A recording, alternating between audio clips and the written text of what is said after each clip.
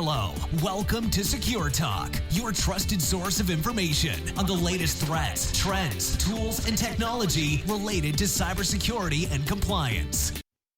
Hello, everybody. Welcome to Secure Talk. My name is Mark Schreiner, and I'll be your host for this episode of Secure Talk. Today, we're going to be talking with Dominik Korte, who is the president of Univention North America. Univention is an open source Linux-based software appliance for identity, IT infrastructure, and service management. That's a lot.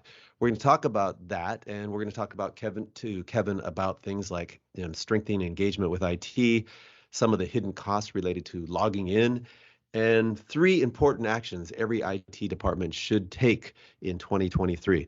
But before we do that, let's say hi to Kevin. Kevin, how are you today? Fine. Thanks for having me, Mark. My pleasure. Hey, and I kind of wish that we did video just so that we could get your tie. What is, I mean, for people who can't see it, what is on your tie? It's one of the first computers I had. So it's, imagine with floppy disks and an old CRT monitor, plus it has cheese on top, and the computer mouse is actually a mouse. Wow, that's back OG kind of computing style. That's pretty cool, man. Pretty impressive. I kind of almost wish I had video just so we could get your tie on there. I looked on your LinkedIn profile, and it looks like that you're based in the Seattle area. That's correct. Outside Seattle. All right. Whereabouts outside Seattle? It's halfway between Redmond and Duval, so already bear country. Okay, got you. Well, I live in Bellevue, and believe it or not, even where I live in Bellevue, we get the occasional, bear breaking into garbage cans and so on and so forth. But so it's one of the kind of the nice things about living in this part of the world where you're just literally steps away from nature. I was born and raised here, and one thing I can tell is you got an accent, man. You're not from around here. Where are you from? I'm from Germany. I came over here with the company and have been with it. Awesome. How long have you been in the Pacific Northwest here? 10 years. 10 years? Have you grown accustomed to our dark, wet, gloomy winters? I can tell you it's the same in Germany, at least in the northern part where I'm from. So not much change there. Good deal. So did you come over with Univention then? Yes. Yeah. So the company's 10 years older than us here in the US. I got you. So why don't you tell us, because I kind of give a brief description of Univention, but why don't you put it into your words? What is Univention doing here in the US?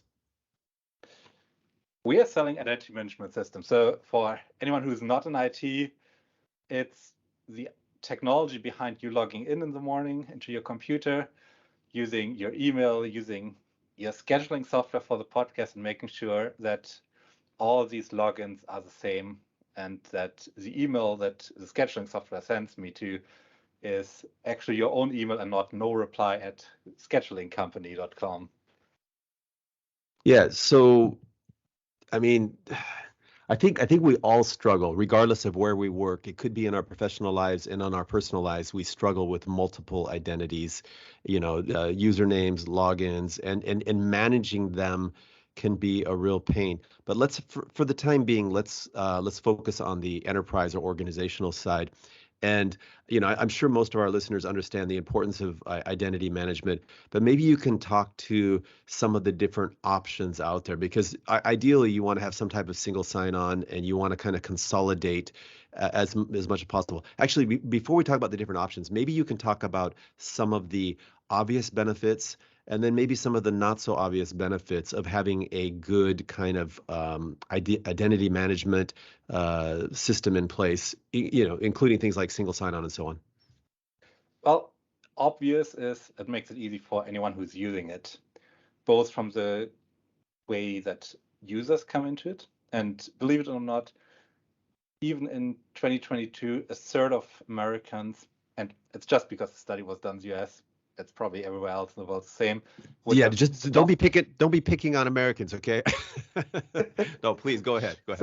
So a third of employees would have stopped doing work if they had to enter another password, which I find surprising. It's in IT, you always think, okay, it's just such a little thing, but it's really disrupting workflows. So single sign-on, having identity management, having people not remember passwords, it's a real bonus to productivity. And even if you then extrapolate, okay, how long does it take to enter a password?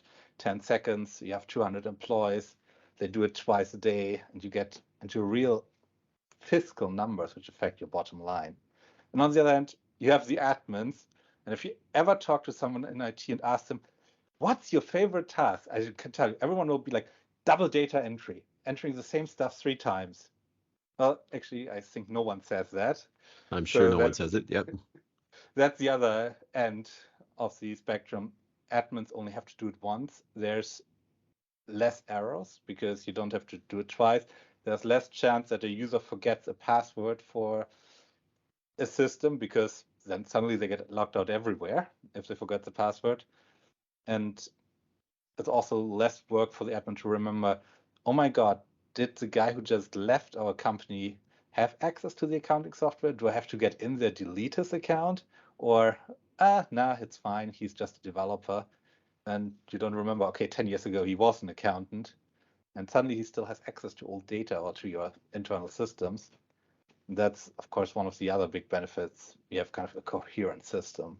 I've been Everything involved with network scans of companies, and one particular comes in mind is here in the Bellevue area, about a 2,000 seat operation, and we did a network scan and we found credentials that were for employees who had left the organization 5 years prior. And the credentials had some activity in some cases. So either the previous employer was still, using it from time to time, or the credentials had been compromised, right? And so that that lax or that sloppy management is a real security issue. Yeah, it doesn't even have to be malicious. Just imagine how many of us have emails, our company emails on our private phones. Right. If it doesn't get deleted, you'll have hundreds of people accessing your email server, not getting emails, or in the worst case, getting still company internal emails. Maybe not reading them, but they're out there. And if you lose the phone, no one's going to lock it because no one remembers that you have access to that. Back on I mean, that's a really good point. And then back on the time saving thing, I mean, you just did, a calculation in terms of like having to enter a different password. I would argue that it's not just that, it's the fact that when you have to manage multiple passwords and some of them require updates every 30 days, every 60, 90 days, whatever, and some of them can be incredibly complex. I mean, the whole NIST standard of, large case, uppercase, lowercase, special character, blah, blah, blah, can have been used in the previous 3 passwords. When you have rules like that, then what happens is people forget passwords, or they do I won't say stupid, they do silly stuff like writing them down or putting them in a place where they can be compromised. But on the productivity side, if you forget your password and have to go back through the password reset, again, that's even a bigger chunk of time. And then there's the whole, but I think the study I saw is that your IT help desk, something like 40% of their tickets were all about, resetting passwords. And I mean, it's not just your time you're wasting when you reset password. There might be systems where you can't reset it yourself, so you go to the help desk and you disrupt their workflow. And you're probably their favorite if it's the 3rd time this week. Exactly. And Go ahead. Of course, it's also developing the next strategy. So something like that for multi-factor, like a YubiKey or any kind of token. It's kind of impossible if you don't have it anywhere centralized, because at some point they run out of memory for putting certificates everywhere. Sure. What's the advantage of going open source versus just using, an off-the-shelf, tried and true, trusted identity platform? I would say our system is off the shelf as well, so we don't have any configuration files you have to dig into. But the great advantage a lot of our customers see, and we work a lot with military, security, healthcare, it makes auditing a lot easier, because if you go in, can see the source code, can see the scripts, that's a step further than just saying, okay, here's the certificate, someone did an audit on our source code, which admittedly you can get from us too, but it's just a higher trust.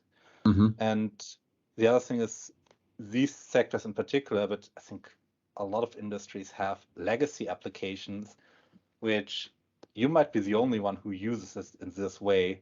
So connecting that either requires an weird constructions, or you just do a little modification to a script and it works. And that's, I think, really that integration part, bring it all together, where open source shines. Is Also it because you're not depending on one. is it possible then to use an open source platform like Univention and then bring in some type of legacy application and bring it into a modern identity solution environment or ecosystem? So let's just say you had Azure Active Directory, uh, something like this, and then you had this legacy app that you weren't able to just do a direct plug and play with your standard identity platform. Can you do a hybrid type scenario, or does it have to be all or nothing? No, we have quite a number of people who use it hybrid, whether it's because when they went in the beginning of the COVID remote, they used Office 365 or Microsoft 365 now, Yeah. or G Suite, and both of them are great tools if you want to collaborate and need to spin up something in like seconds without worrying about network bandwidth. But yes, integrating them and integrating other online solutions, it's kind of the bread and butter nowadays, because I think if we especially look at the cloud, we kind of get through the hype cycle now where people realize it's not cheaper. So we see with a lot of customers, they bring loads back now and then really have these hybrid scenarios where, okay, some stuff is in the cloud because it's easy and we don't have to worry about it. Some stuff we keep locally because either we have to keep it secure or it's really legacy IT, legacy hardware, especially, and or because it's really cheaper to run it locally and not offload it to someone else. Yeah, and when I said hybrid, I misspoke in terms of I don't want people to think that I was talking about hybrid cloud on-prem. I was talking about running a kind of a hybrid identity platform where so Software in both worlds, yes. yeah, you got it. I think it's common and it will remain common. Okay. It's just, yeah. So let me ask you, I don't want this to be a commercial for Univention, but I am curious. When you go out and you talk to prospective customers, actually, or most of your, is your business, is it inbound where people are coming and saying, "Hey, we have a challenge. Can you help us?" Or is it outbound where you're knocking on doors saying, "We have a solution. Do you have this kind of challenge?" We have both, but Okay. a lot of business is inbound where people come, okay, we have this challenge, can you solve it? Or we've read about that you solved something similar, but we're not sure that you can do it. Okay, and I mean, you mentioned one scenario where they had some kind of legacy app or tool. What are the biggest challenges that or the most common challenges that you're seeing where you can actually bring some value?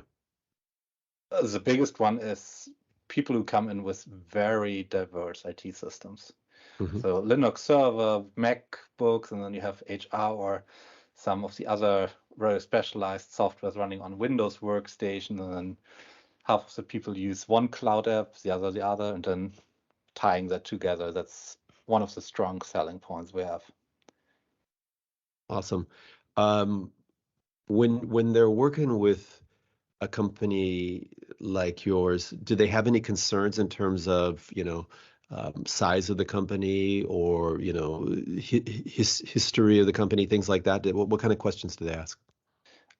I think when I started, we had these kind of questions. Now that we are 100 something people and 20 years in the making, we've thankfully gotten past these questions. Plus, if you look at our big clients, which include companies like Orange over in France, it's just 30 million accounts. People normally You forget then, okay, is it really a size matter? Yeah, well, and they so you've got that credibility. Do you find are your customers are they willing to act as kind of references for you, or I don't want to say ambassadors because that's too strong, but are they open to having prospective customers speak with them about their experience? It's really different in different target group. So Mhm. we've been now in healthcare uh, in Hollywood, and both of them are absolutely happy to speak about it. Mhm. And especially if we go down to LA, they kind of really want to shine as the ambassadors. On the other hand, if we go into the security area, finance, They don't they want anybody might. talking to anybody. Yes, they don't want anyone. Please don't mention my name. Right. Or, okay, you can mention it after we release our press release in a year or two. Yeah, yeah. Is there any, in terms of the work that you're doing, you mentioned Hollywood, so is there any uniqueness to the work that you're doing for companies in that area? Especially if you go to Hollywood, you deal with a lot of Linux servers and you deal Hmm. with a lot of, let's call it personalities. Okay. So it's, I think every one of us say, okay, Hollywood stars are a certain type of people. We all have our favorite Hollywood star and their ideas in front of us. And it kind of trickles through to the company owners and even to the IT people who are a bit more flamboyant or a bit more introverts than what you expect anywhere else. So that's really the humankind. That's the most fun going down there. And which How how was it for you? I mean, coming from Germany, the business culture in Germany tends to be, in my opinion, okay, you take that with a pound of salt, it tends to be a bit more formal, a bit more structured. There's like there's a pattern, there's a rhythm, and now you're on the west coast of the U.S. And it could be likened to the Wild West. I know some places that are more wild than the west coast of the U.S. But let's just say for you, coming from Germany, was it a bit of an adjustment? I would say 90% is the same. Okay. The big difference, everything's fine. What does that sentence mean? For my German background would be like, oh, great, we don't have to do anything. Hmm. But really here it means, okay, it's burning and I'm gone as your customer in 3 seconds if you don't move now. Wow. So you got to kind of read the subtext or The subtext is different. mhm. That's interesting. Yeah, I've worked in places as disparate as obviously the US, but Japan, Taiwan, China, Singapore, and they're all completely different. You go into Hong Kong and Taiwan, you will get a very, very straight, direct answer. And if you can solve it, then boom, you're in. And then you go to other places and you will think that everything's fine and you won't know unless you do the digging. You won't know for a long time what the real issues are. And yeah, so it can be challenging, but it's also fun. It's interesting, right? It's definitely an interesting learning experience, yes. Yeah. Um, I noticed on your so on the show brief here, one of the things that we were going to talk about, and I mentioned that earlier, is three important actions every IT department should take.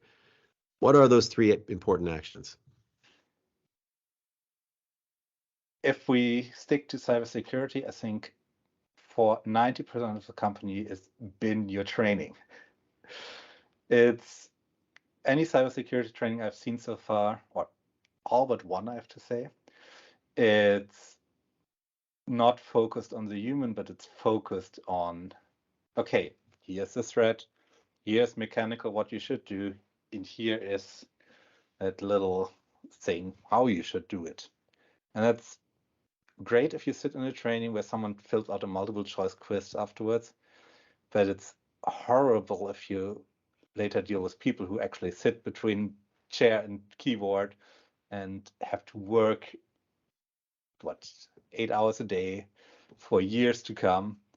And they should remember, oh, wait, check a URL here, whether that's really the place where I should put in my login or that's a spam email. And I think any kind of cybersecurity training which doesn't take into account human psychology, it's a waste of time, and in the worst case, makes anything that's happening worse than how it would have been without the training. Well, what kind of training would you recommend though? Like give us a specific example of something that you've seen that has been effective. I think very effective is if you focus on, okay, onto that emotional intelligence part first. So, okay, how do I feel about getting such a request? I know we talk about feeling maybe far too much these days, but really it's, if I get an email and feel happy about it, I'm much more inclined to do something. Same if, okay, that's an email from my boss. If I don't move now, I feel threatened. And Yeah, that sense of urgency, like, hey, I need you to do this right now. By the way, I'm going to be on a plane, so I'll be out of touch for the next 4 hours. But by the time the plane lands, this needs to get done. And you're like, ah. Exactly. Or same urgency you can get with, hey, I know you're just one step from a promotion and I'm landing in 20 minutes to talk to our customers. I don't have access to that. Can you resend my password? Yeah. Ouch. Absolutely happy. Urgency, no threat behind it, but you're Right. so happy that let me help you. And I think starting from that point, instead of, okay, if you get a scam email, you check whether that's really your URL or the email address of the sender. It's really more, okay, if someone is trying to create emotions in you, try to take a breather and then think about, does that make sense? And I think that's that kind of approach, it's what we have to look more into it and get away from all the technicalities, which maybe a scam filter can be trained on, but which we are really bad at being trained on. But then, okay, so yeah, you look at it and you're like, you know what? This doesn't pass the smell test. This is a little bit strange. Then what? What do you advise people to do? The good old thing, which is out of band, so call, check in, and if it's really okay, the plane is landing in 20 minutes, you can get it ready, give it a call in 20 minutes, and wait just with hitting send. Yeah. And then you have the confirmation over the phone. Hopefully you identify the voice. And it also gives you the 20 minutes to, okay, I have time to take a breath. Wait, does it really make sense if I call him now, or is that really the wrong thing? Instead of, okay, I'm jumping into action now. Do you do you typically advise that companies come up with their own training, or do they buy? Because right now there's, obviously especially for cybersecurity, there's a variety of web-based software as a service or SaaS training platforms. And then there's all the kind of the simulated phishing campaigns and things like that. And some of them are combined into 2 or 3 different functions and content types combined into a single platform. What do you advise your friends, customers, prospects to do? I think for our clients in particular, my advice normally is look at 2 things. What are threats that everyone faces, and what's specific to your industry? And that kind of, then you have to weigh, okay, threats that everyone faces. HR should reset a password or resend a W2 somewhere else. These kind of base level, okay, buy in. And I normally recommend in that sense, send the IT guys first into taking them. Because if they feel, okay, they didn't teach me anything, then it's okay. It's so mechanic that they felt bored, and it doesn't actually will teach anyone anything because it will just flow back. That's kind of the test I recommend on doing on these trainings. And then you have to see, okay, is there anything which normally someone else doesn't face, which we have to take into account? I mean, HIPAA trainings are getting more common nowadays, but in the military, it's of course, there's a few organizations who face military threats or who go toe to toe with cybersecurity on a nation level. So they obviously need to develop their own or bring in contractors who can develop something specifically for these scenarios. Okay. So, one of the three things that companies should do, organizations should do, is deploy or implement effective security training programs. And effective in your mind is things that people will get their attention, create awareness, and help them to actually understand what's a threat and what to do, or identify a threat, and then understand what to do when they see something that just doesn't look right. Okay, what Yeah. what are the other two things that organizations should be doing? I think we talked a lot about single sign-on, about portal, about integration, both in the sense of, okay, it removes hurdles, it removes problems, but also it gives you a sense of, okay, this is a legitimate business application. Because again, if I send you to a place to enter your password because that website is somewhere else, instead of telling you, okay, everything what we have is on our portal, it's more likely that, okay, if you get the next scam email, I'll enter my password again somewhere else. Of course, if you don't have to enter a password ever again after logging in, bonus points, because if you get a password prompt, you'll know, okay, something is really wrong here. Plus, it gives you the peace of mind, okay, I don't have to remember my password a second time today.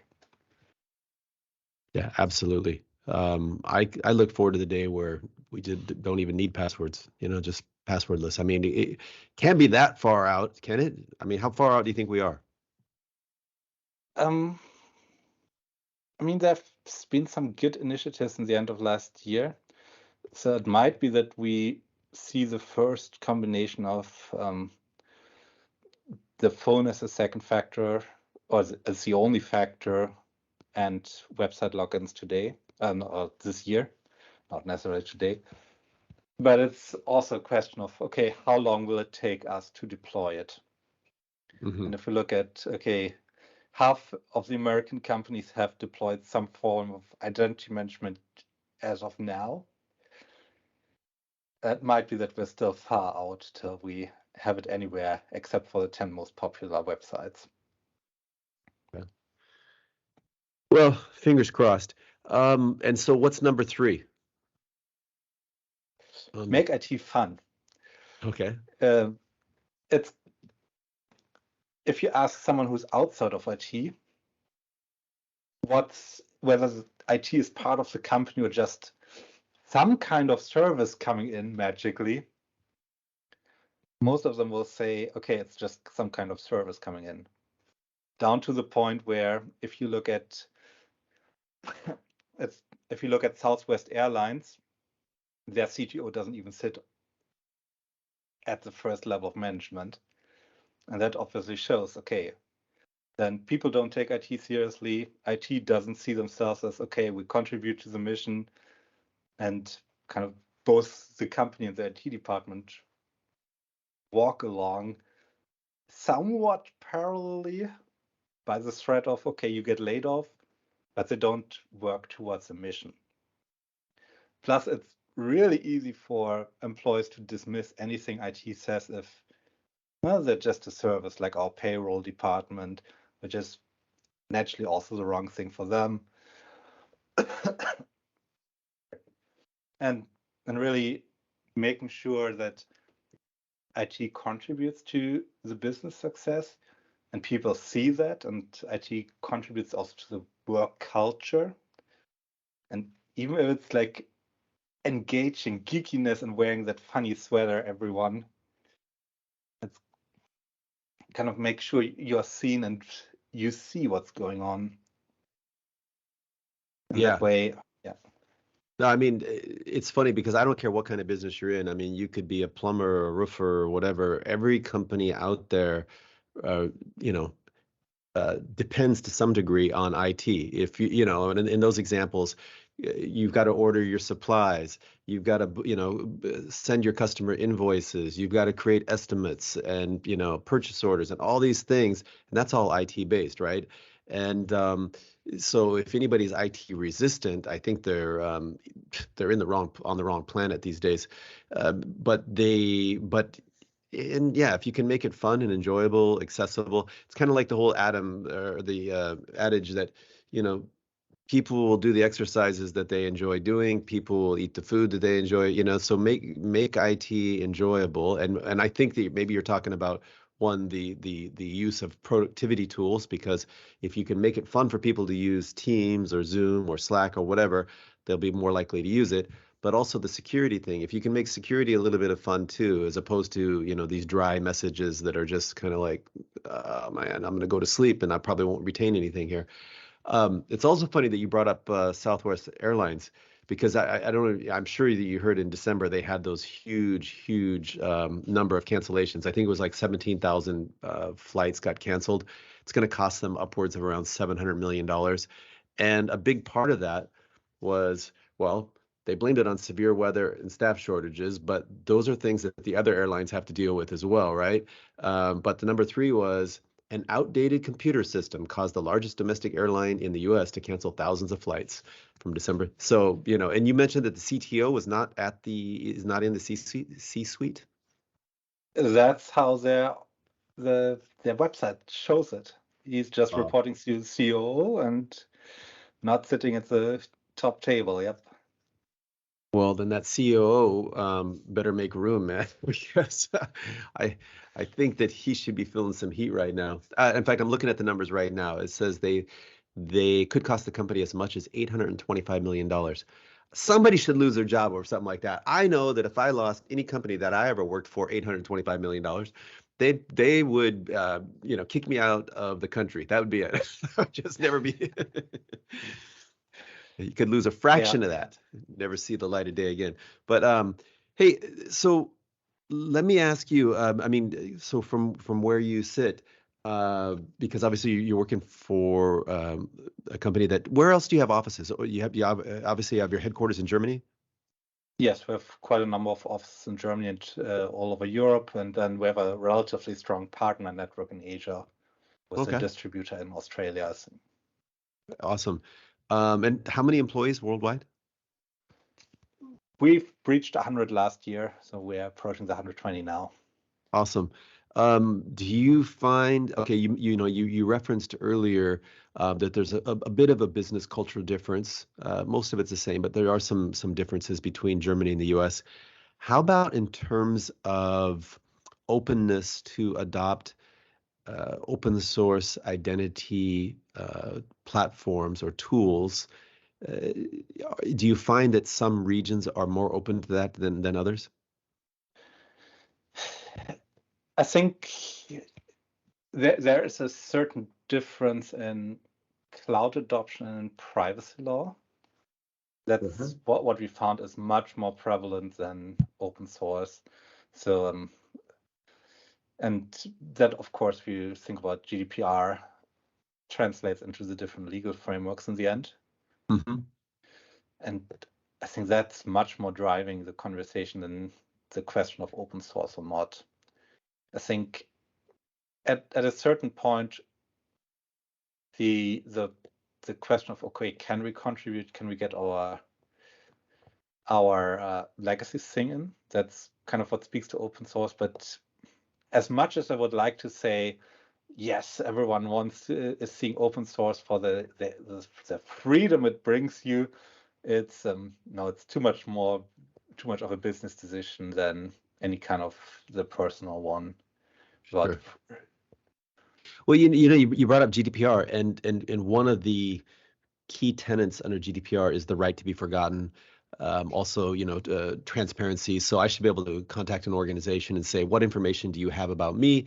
And they can pull it all up. And then I can say, I want you, there's no business case or legal case for you to have this information. I want you to delete it all, right? And there needs to be a mechanism to do that. Does that mechanism sit with identity, or where does that mechanism sit? It really depends on the organization and what they do.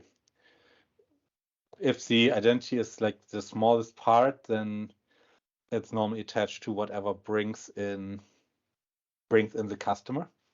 So if I'm, for example, running an HR platform, it will be attached to the HR tool.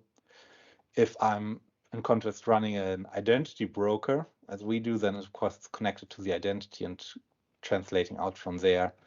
It's just, it hasn't much to do with GDPR. It's more where people would search for it. That's how I would describe it. Yeah, but And I'm just saying workflows. it's a requirement under GDPR to be able to provide those services. But if you're in an organization, let's just say, okay, let's do a use case here. I'm a student, which actually brings up another thing, at a university, and they have my academic record, but they also have my personal record, and they have some of my payment information, and that information might sit in 3 or 4 or 5 different apps. Okay, so when they do a scan, because I say I want to know what information you have about me, and then later I say I want you to delete it all because I'm no longer a student there and I don't need that except for my transcripts. I want you to keep that. What's the control point for going across all these apps and saying, here's the info we have? Yeah, in that case, it normally is then the identity and service management if you're on that level, because that's normally the point where everything gets tied together, and where you then know, okay, that user got provisioned there, and especially if you look at universities which provide additional services from an IT standpoint, student jobs, for example, not every student has one, then you might not know, okay, if I go in from the academic side, does that student have a student job? Versus the identity system will know, okay, he accessed his identity using the student job portal, so they have to be notified to delete his data.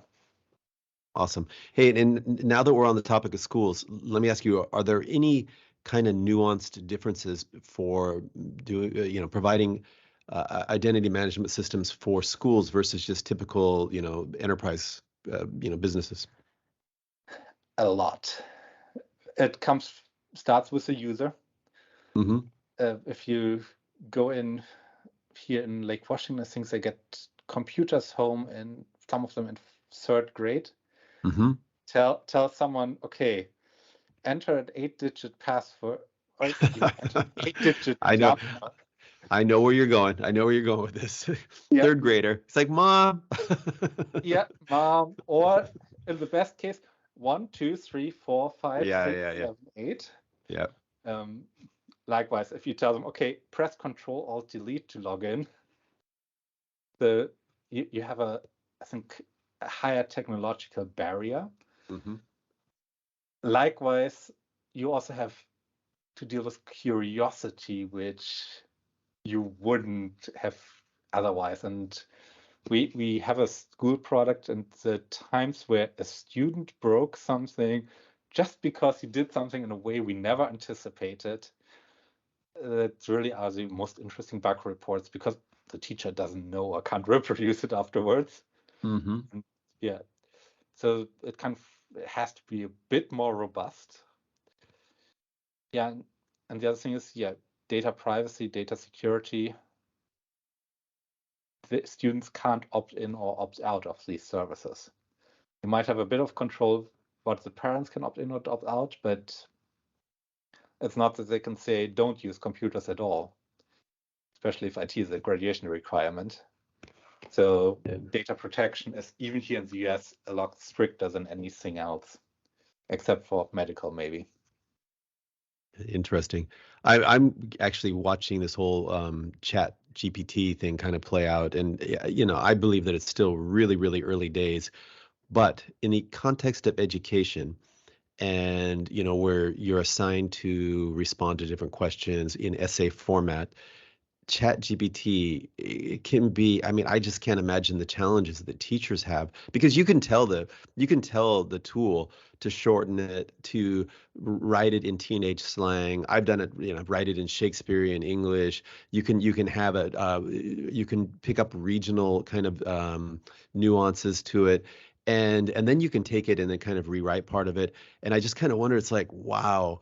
And this is just the first iteration, of course. It's gonna accelerate. It's gonna get stronger. At some point, I wonder if we go back to pen and paper and, okay, here's your 3 questions. Here's your pen. Here's your paper. Start writing. Given how handwriting styles have evolved, that might be a good thing, and how handwriting is connected to intelligence. but I think it's also something with making it too easy for the teacher to be someone who instills knowledge versus someone who motivates and really teaches in that kind of Aristotelian way of giving Asking questions. experiences, asking Oh, okay. questions. Yeah. So maybe we should recalibrate our expectations what a teacher does. And Oh man, now you've just kicked the hornet's nest. Because I should add, we should also calibrate how much of our budget then goes to technology versus to the teacher. yeah. So just to be clear, No. So that's okay. So now you redeemed yourself because no, that's it really is interesting, and we're kind of getting off topic, but that's okay. I have 3 children myself, and you watched the number of books just decline massively. And at first it was no books, but we're doing handouts, and then it's no handouts, it's everything online, and then it's just and sorry, man, I'm old school. I do believe there's value in writing things down, figuring things out, and books and reading books and reflecting on what you're reading, versus a screen with a bunch of links in it that kind of you skim along the top of the surface, and then you click on another link and click on another link, as opposed to like doing some deep thinking. Now, maybe I'm just not equipped to deal with the web, but I think there's some value there. And regardless if there's value there or not, tools like ChatGPT and some of these other tools are going to force a change at some point, in my humble opinion. I would agree. It's especially if we talk about certain applications. And that might be the problem with ChatGPT as well, because people expect it to be, okay, here's HAL 5000, or here's the intelligence that runs C3PO, versus, okay, it's just something that can write an essay. Yeah. So that might be also when we see that coming along, when people realize, okay, it's a tool for certain application versus that artificial intelligence. That's a whole nother deep conversation, and I actually would enjoy to have that sometime with you. But for now, since we've jumped the tracks, let's jump a little bit farther. And when you have people who are coming to visit you in the Pacific Northwest here, and they're in town for a few days, where are the places that you like to take them or recommend that they see? If they're the first time here, the first day I'm sending them to either the Seattle waterfront, or if they really want to drive somewhere, one of the beaches on the Olympic Peninsula, which That's is nice. just a day. And then the second day, I'm normally sending them Mount Rainier or Stevens Pass, just to get an idea how close we are to sea and mountains here. Because I think that's something which is different from anywhere in the world, unless you're on that American West Coast. No, I think you're right. I live very close to the crossroads of 405 and 90. So for us to get up to Snoqualmie Falls is literally 30 minutes, and so that's a worthy stop as well. But I'm so glad that you didn't say going to the original Starbucks store or going to Pike Place Market and watching them throw the salmon. I mean, what you're talking, because to me that's just all fluff, tourist stuff. But the thing that's I think amazing about this state, and actually the states in general, is we have this incredible nature that is just right there. I mean, you've got bears in your backyard, apparently. So. Oh, I mean, I should be honest and say, if they're here the first days on the weekend, I'm telling them, please go to the Space Needle, go to the monorail and the candy store at the end of the monorail, and take my kids along. I'll have a nice day. That's that. I like that. Take the kids. Well, hey, Kevin, I've enjoyed this conversation, and I'm glad that you've moved from Germany over here and have stuck it out for 10 years. So we must be doing something right over here. And it seems that your business, Univention's business, continues to grow globally. So congratulations on that. And I'd like to wish you an amazing 2023. Thank you. The same to you. Hello, welcome to Secure Talk, your trusted source of information on the latest threats, trends, tools, and technology related to cybersecurity and compliance.